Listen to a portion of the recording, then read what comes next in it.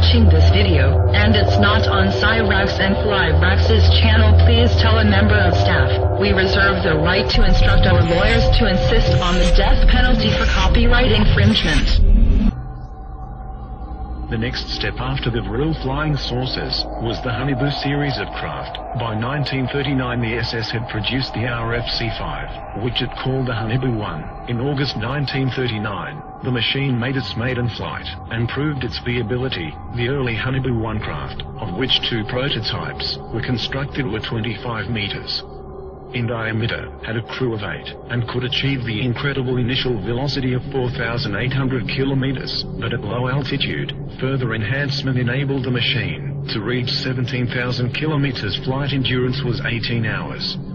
To resist the incredible temperatures of these velocities, a special armor called Victolan was pioneered, specifically for both the Hauneu and Vril series of disc craft.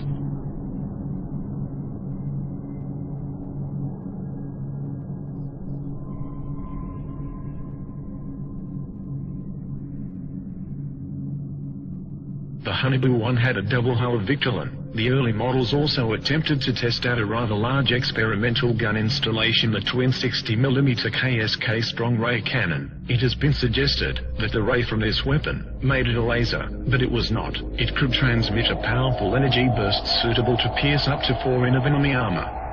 When a Vril 7 was shot down by the Russians, in 1945 a similar underbelly-mounted KSK gun was destroyed, with debris recovered from the battle site. The heavy gun installation, however, badly destabilized the disc, and in subsequent Hauneu models lighter MG and MK cannon was supposedly installed. The Hauneu 1 first flew in 1939 and both prototypes made 52 test flights.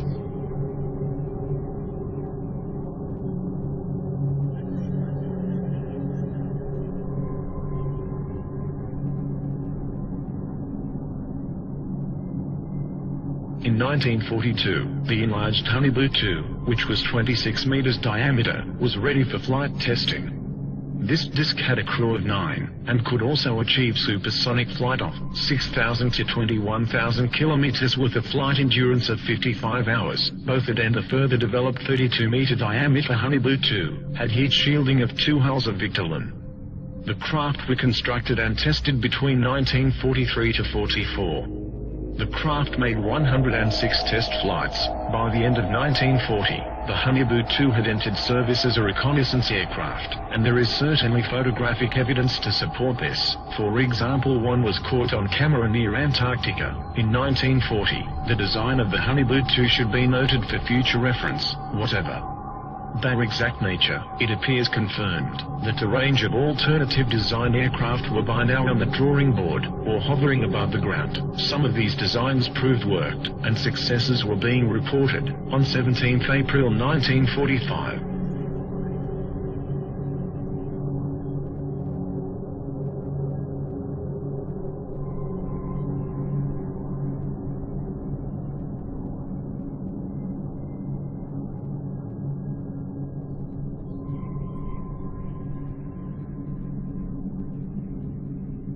by 1944, the perfected war model, the Hauneu 3, was tested.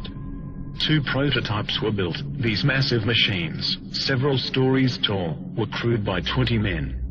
They were also capable of hypersonic speed beyond 21,000 kilometers. The SS had intended further plans for a 120-meter diameter Hauneu 4 were in the works, but no such craft is known to have been constructed before the end of the war.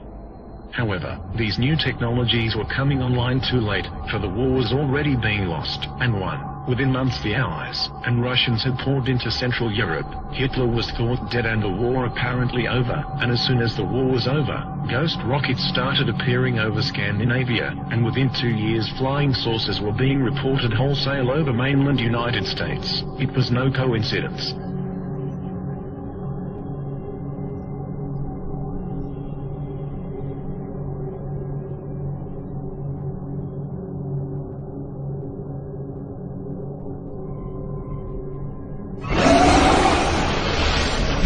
Campus. Campus. Campus. Campus.